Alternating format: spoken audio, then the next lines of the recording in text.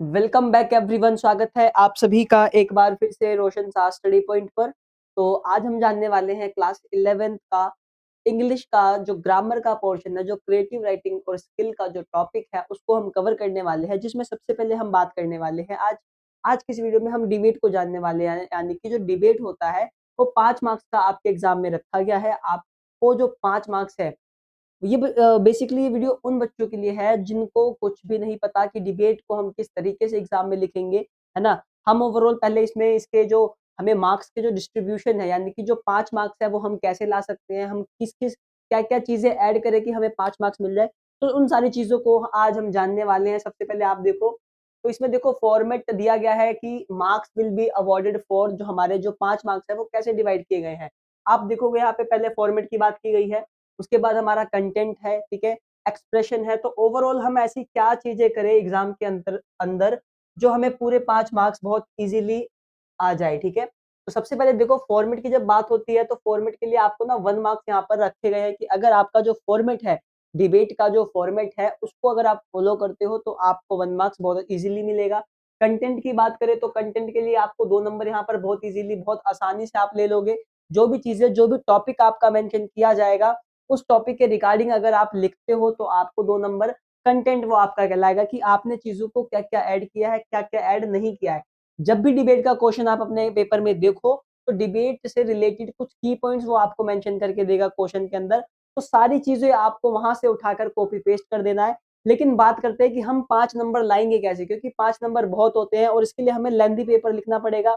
तो उसके लिए आज की जो ये वीडियो है इसमें हम बात करेंगे डिबेट को कैसे हम शुरू करेंगे और डिबेट को हम खत्म कैसे करेंगे। यानी कि हम बात करें स्टार्टिंग लाइन और एंडिंग लाइन की। हम अपने पेपर में आंसर जब डिबेट का करेंगे तो किस लाइनों से कौन कौन सी ऐसी लाइनें हैं जो कि आपको बहुत अच्छे तरीके से याद करके जाना है, ठीक है।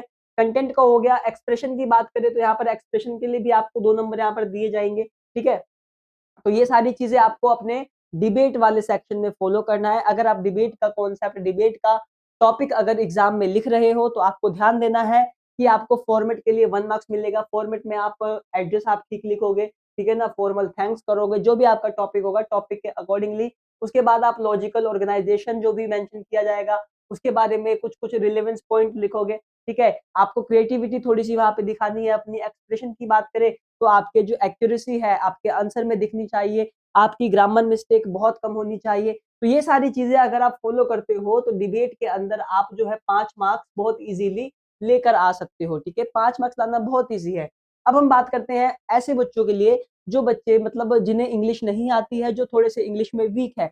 वो क्रिएटिव स्किल में कितने मतलब कैसे अगर आंसर को करे कि वो बहुत अच्छे से मार्क्स लेके आ सके। तो आप इधर देखो, यहाँ पर डिबेट के लिए हमने सबसे पहले starting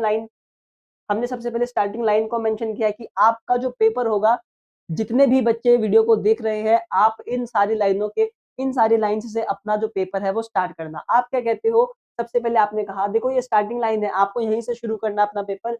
respected jury and my teachers, my fellow mates, honourable guest and all my near and dear ones, a very good morning या फिर गुड आफ्टरनून या फिर गुड इवनिंग।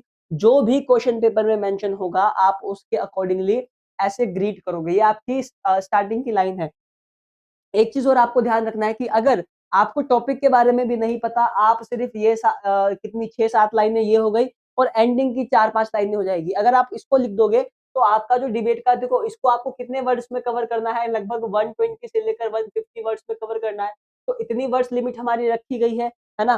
तो अगर आप सिर्फ ये और एंडिंग लाइन लिख देते हो तो आपका लगभग 100 वर्ड्स जो है वो कवर इजीली हो जाएगा, ठीक है। तो आपको इजीली यहाँ पे बहुत अच्छे चांसेस है कि आपको 5 मार्क्स बहुत अच्छे से प्राप्त हो जाए। तो ये चीजें आपको ध्यान में रखना है। उसके बाद आप कहोगे to one and all present here today. यहाँ पे क्या करना है, आपको अपना नाम लिखना है, ठीक है।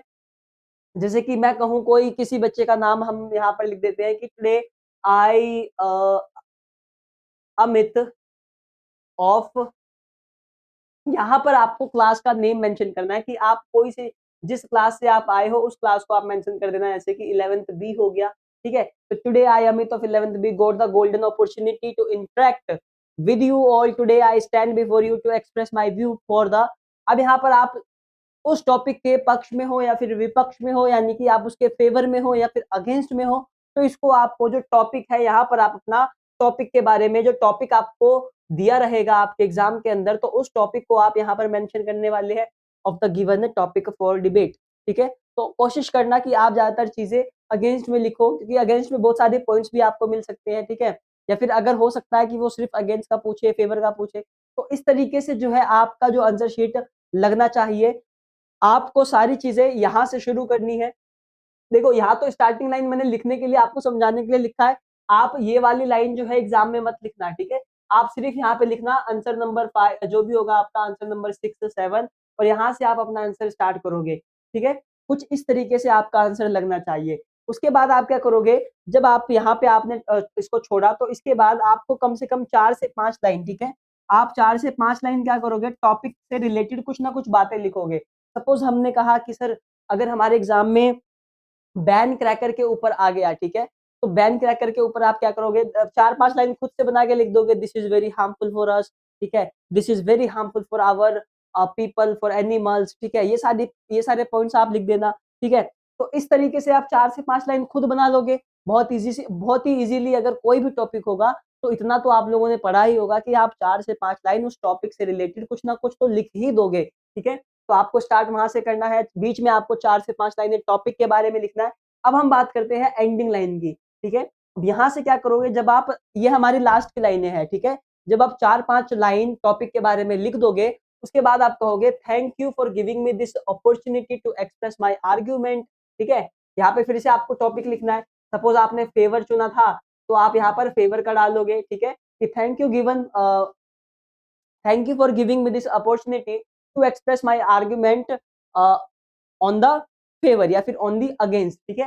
तो जो भी टॉपिक आप चूज करोगे वो आपको यहाँ पे वो आपके ऊपर डिपेंड करता है कि आप क्या लिखते हो। उसके बाद and I hope that my argument will lead you to the right side of the motion, ठीक है, and you all will consider with my point and grab my point in your mind. Thank you everyone for giving me this golden chance. इस तरीके से आप क्या करोगे, अपने paper को जो अपना डिबेट का जो क्वेश्चन है उसको आप एंड करोगे। तो ये हमारी एंडिंग लाइन हो जाएगी, ठीक है। ये हमारी एंडिंग लाइन हो गई और स्टार्टिंग की हमने 6-7 लाइनें स्टार्टिंग की लिखी। तो ऐसे बच्चे जिनको लगता है कि डिबेट लिखना बहुत मुश्किल है, इन लाइनों को आप स्क्रीनशॉट ले लो। इन लाइनों को बहुत अच्छे तरीके से अगर याद करके जाते हो, अगर आपको डिबेट के बारे में कुछ नहीं पता, अगर सिर्फ आपने यही लिख दिया, तो बहुत इजीली आप जो है वो 5 मार्क्स अपने एग्जाम में ला सकते हो, ठीक है। तो क्रिएटिव देखो, एक तो मैं बात करूँ पैसेज वगैरह की, तो 18 नंबर तो आपके पैसेज के हो गए। 16 नंबर का कम से कम जो है आपका क्रिएटिव स्किल का जो टॉपिक है वो 16 नंबर आपको कवर करके देता है। अगर आप 16 में भी बहुत अच्छे से करके आ जाते हो, पैसेज को अच्छे से करके आते हो, तो इजीली आप जो है पासिंग का जो क्राइटेरिया होता है उस पे पहुंच जाओगे, ठीक है। तो मैं उम्मीद करता हूँ आपको डिबेट का जो कॉन्सेप्ट है बहुत अच्छे तरीके से समझ में आ गया होगा, ठीक है। आप सभी को एक बार फिर से बेस्ट ऑफ लक आपके एग्जाम के लिए।